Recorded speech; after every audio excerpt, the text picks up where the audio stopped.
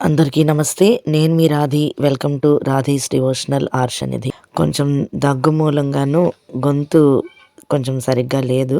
మీరందరూ అడ్జస్ట్ అవుతారని, అర్థం చేసుకుంటారని భావిస్తున్నాను. ప్రద్యుమ్న రూపుడ అర్జున వరదూడ దుర్జన సంహార మేలుకో అబ్జావంశమునందు ఉద్భవించిన కుబ్జానాదరించిన దేవా మేలుకో కృష్ణ మేలుకో. ఆండాళ్ తిరువడిగలే శరణం. పెరియాళ్వార్ తిరువడిగలే శరణం. ఈరోజు 16వ పాసురం గురించని తెలుసుకుందాము. 16వ పాసురం ఒక్కసారి విందాం.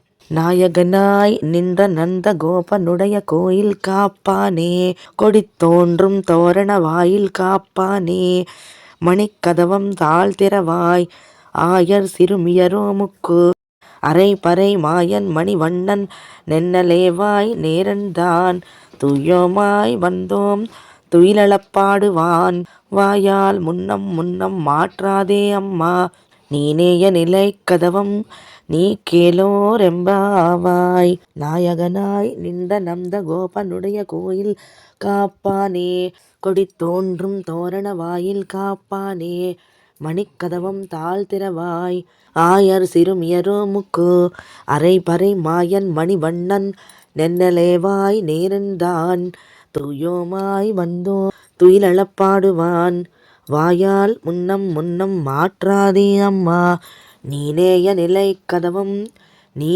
కేలోరెంబావాయ్.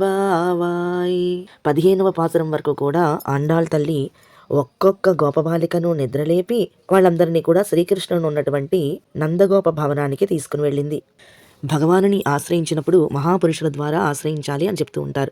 అందుకే తాము కూడా ఆ భవనాన్ని కాపలా కాస్తున్నటువంటి వాళ్ళని, అలాగే ద్వారపాలకులని ప్రార్థించి నందగోపని ఆశ్రయించి కృష్ణ పరమాత్మను పొందాలని ప్రయత్నిస్తూ ఉన్నారు. దేవాలయమునకు మనం వెళ్ళినప్పుడు ముందుగా అక్కడ క్షేత్రపాలకుని ముందుగా సేవించి, ఆ తర్వాత అక్కడ ఉన్నటువంటి ద్వారపాలకులను, అమ్మవారిని, ప్రధాన దైవాలను సేవిస్తూ ఉంటాం కదా. అంటే ఏమిటి ఇక్కడ అంతరార్థం ఏమిటి? అంతర్యామిని ఎవరైతే ఉపాసన చేస్తూ ఉంటారో వాళ్ళు ముందుగా ఇంద్రియములను, ప్రాణమును, మనస్సును వశపరుచుకుని బుద్ధి ద్వారా ఆత్మస్వరూప జ్ఞానముతో పరమాత్మను ఉపాసిస్తూ ఉంటారు.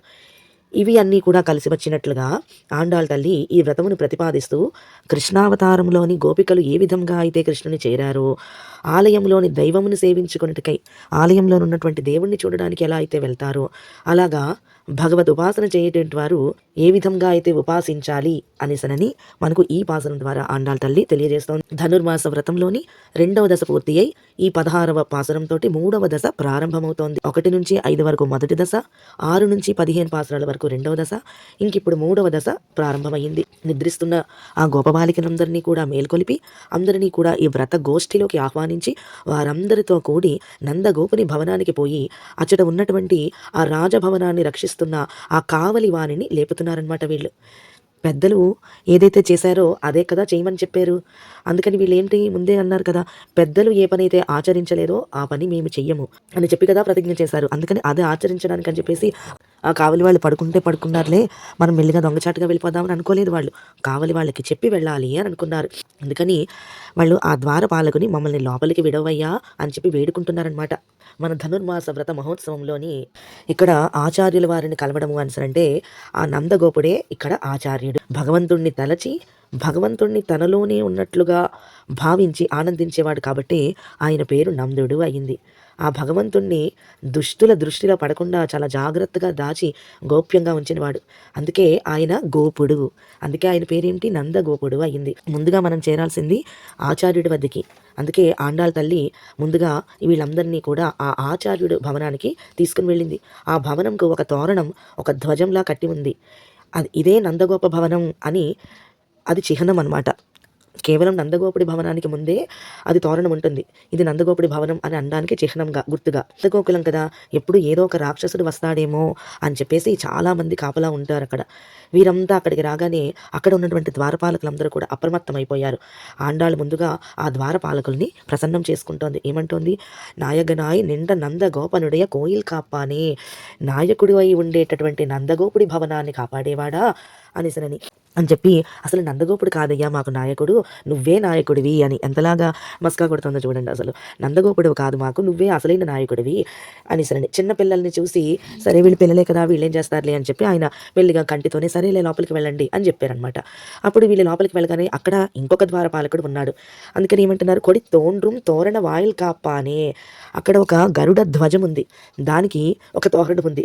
ఆ గరుడ ధ్వజాన్ని చూసి, ఓహో! ఇక్కడే కదా శ్రీకృష్ణుడు ఉండేది అని వాళ్ళంతా కూడా వచ్చారు. శ్రీకృష్ణుడిని కలవడానికి అందరూ కూడా రాత్రులే వస్తారు. ఎందుకంటే ఆయన ఉదయం గోవులు కాయటానికి వెళ్ళిపోతాడు కదా!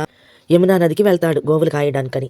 మరి ఆ నందగోకులంలో ఉన్న భవనాలన్నీ కూడా ఒకేలాగా ఉంటాయి. అందుకని ఎవరైనా సరే కృష్ణుణ్ణి కలవాలి అని ఏదైనా పనితో వచ్చిన వాళ్ళకి వాళ్ళు వేరే వేరే ఇళ్లల్లోకి వెళ్ళిపోకుండా ఇది కృష్ణుడి ఇల్లు అని తెలియడానికని అక్కడ గరుడ ధ్వజం ఉంటుంది. ఇది కూడా భగవంతుని చేష్ట. తోరణ వాసల్ ఆ గరుడ ధ్వజం మీద మంచి అద్భుతమైన తోరణం చెక్కి ఉన్న ద్వారం ఏర్పాటు చేశాడు నందగోపుడు. ఎందుకంటే శ్రీకృష్ణుడిని చూద్దామని వచ్చిన వాళ్ళు అద్భుతమైన ఆ తోరణాన్ని చూస్తూ శ్రీకృష్ణుడినే మర్చిపోయేలాగా చేస్తాయట. అంటే ఇతర వాటి యందు దృష్టి లేకుండా కేవలం శ్రీకృష్ణుని యందు మాత్రమే దృష్టి కలిగిన వారు మాత్రమే నేరుగా శ్రీకృష్ణుడి వద్దకు వెళ్ళేవారు. మన ఆలయాలలో ఉండేటటువంటి అద్భుతమైన శిల్పాల ఏర్పాటు కూడా అందుకే. ఒకవేళ మన దృష్టి ఇతరమైన వాటి మీదకి దృష్టి పడితే ఇంకా అక్కడే ఆగిపోతాం. అది దాటితేనే లోపల ఉన్న పరమాత్మ యొక్క దర్శనం చేసుకుంటాం. అలాగే శ్రీకృష్ణుడి భవనానికి నందగోపుడు అలాంటి ఏర్పాటు చేయించాడు.